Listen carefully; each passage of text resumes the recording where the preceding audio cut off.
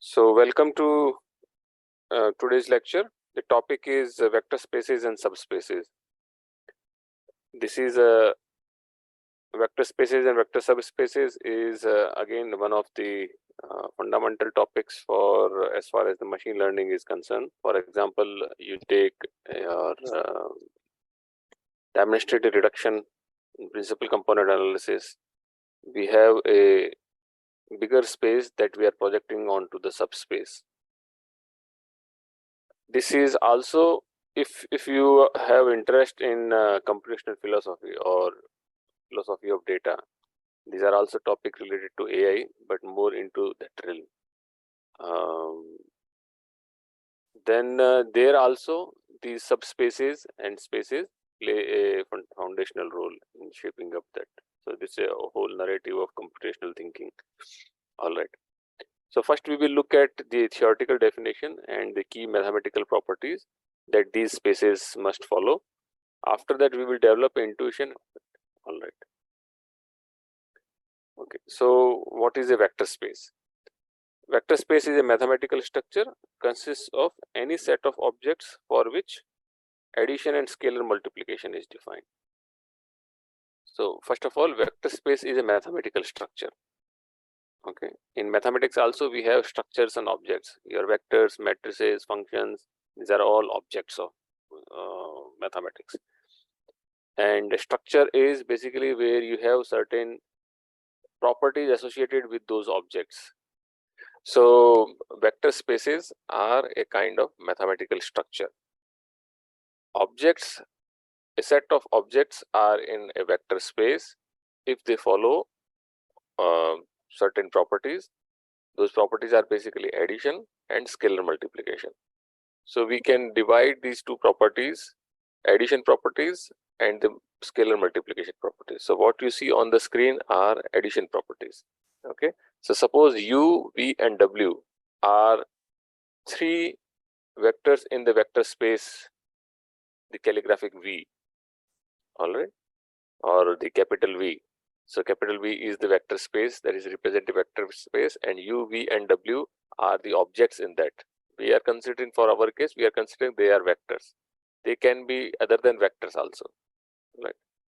So under that closure, this vector space is closure under addition, is commutative, it's associative, and it contains zero vector. Okay, as well as it has a additive inverse. Okay. Similarly, vector space scalar multiplication properties, closure under scalar multiplication, it's associative, two kinds of distributiveness is there, distributive is there, then the multiplicative identity. Okay, so total 5 and 5, total 10 properties are there for vector spaces. All right. Now this vector space is something that I had not covered in the last lecture, but it will be good to comment here because in coming lectures anyhow we will cover that. I'm just giving a very brief that in vector spaces, apart from these 10 properties, if we add some more properties, for example, in a vector space where addition and scalar multiplication are defined, along with a dot product is also defined, that any object in that vector space will have a dot product is also defined for them. In that case, we say that kind of vector space as inner product space. All right. So the space name is changed because now we have added some more properties, and that is dot product is defined. All right. Now I suggest that you also look at a YouTube video that I had created long back. It is related to understanding data and AI. Okay. Also, I suggest you look at the LinkedIn. Some of the posts in the LinkedIn I had posted last year, where I started in the maybe I can share that with you. All right. Do you see the image? Yes. Yeah. Okay. So data are the samples of real or virtual world activities. Activities of the world have patterns and structures. All right. Note down the words patterns and structures, and therefore they are also present in the data. Many patterns and structures are linear or approximately linear in nature. All kinds of patterns and structures in general remain hidden in the data until discovered, analyzed, and approximated. Linear algebra offers some essential tools to reveal hidden patterns and structures. Okay, infinite variety of patterns and structures exist: linear, simple, nonlinear, and highly nonlinear. When patterns are not linear, they are often approximately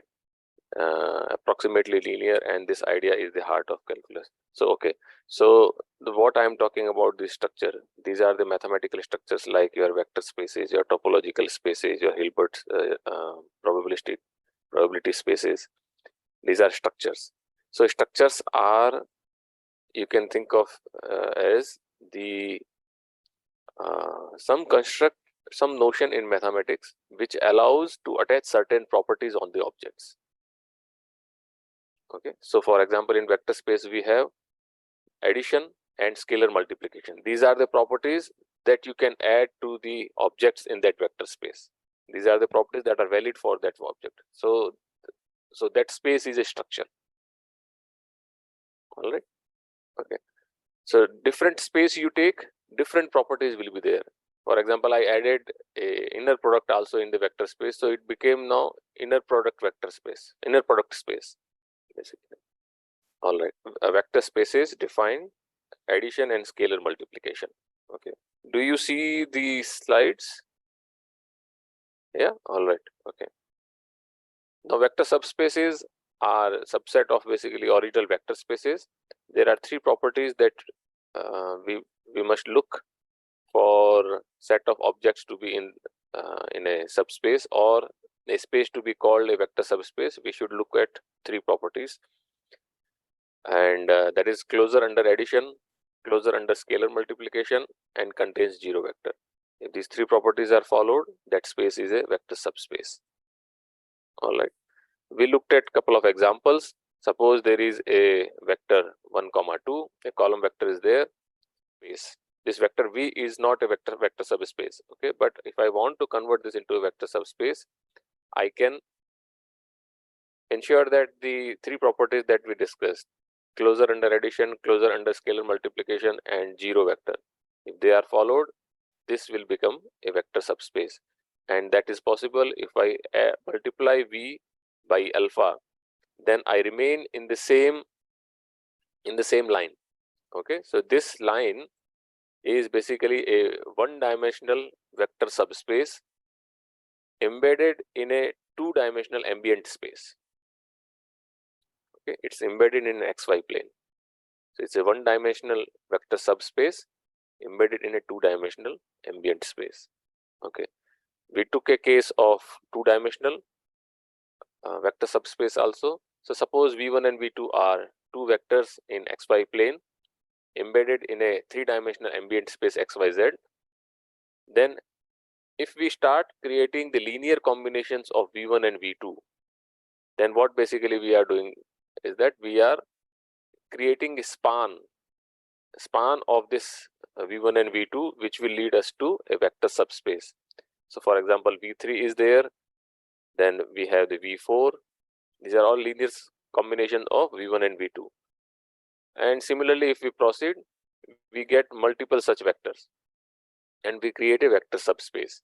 So this is a two-dimensional vector subspace embedded in a three-dimensional ambient space. All right. So this vector subspace, the gray color, it's a vector subspace. It follows three principles. So the dashed line, the boundary of that plane is basically conveying that it's infinite in all directions. So it is following closure under addition, closure under scalar multiplication, and it is passing through origin. So it has zero vector also. Okay, so this is a vector subspace. We took a couple of examples, quiz in the form of quiz. So we also understood that if a ambient space has n dimensions, how many vector subspace dimensionalities could be possible? So n plus 1 starting from 0D. Okay, going up to the n dimension ambient space. So we also looked at these exercises, and we noted that only D is the only figure where vector subspace is created. A, B, and C are not vector subspace. Okay, we took a third example where above the x-axis, where all points of y are positive or non negative basically. So that is also not a vector subspace, because you can take a scalar multiple which can bring you to the third quadrant or fourth quadrant. All right, so these are the examples.